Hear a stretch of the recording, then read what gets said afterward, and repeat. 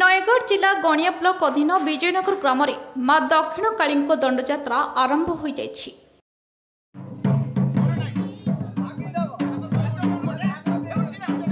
9 दिन धरी चलिथिबा दंडयात्रा सारा परिवेश उत्सव मुखर होइछि, जहाँकि मानसिक व्रतधारी माने उपवास व्रत रखिथांती।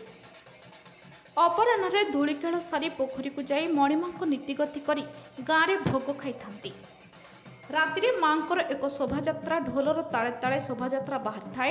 एही दंडयात्रार मुख्य आकर्षण छोट छोट कलाकारों को नहीं विभिन्न शों माध्यम नृत्य परिवेषण करा जायथाय। परभा हर पार्वती जोगी जोगियाणी और बीणाकार पर्यंत ग्रामर पाट भकता मानेश कुमार बेहरा, पाट दंडुआ विश्वजित साहू, भंडार घरिया राजकिशोर साहू, रमेश साहू, लिपू बेहरा, राम बेहरा, सनातन महालिक, त्रिनाथ बेहरा, विपिन बेहरा दंडयात्रा सामिल होइछंती।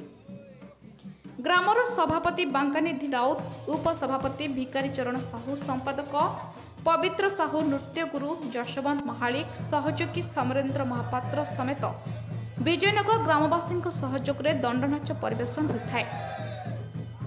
नयगढ़ मनोरंजन मलिक रिपोर्ट, सिटी रिपोर्टर।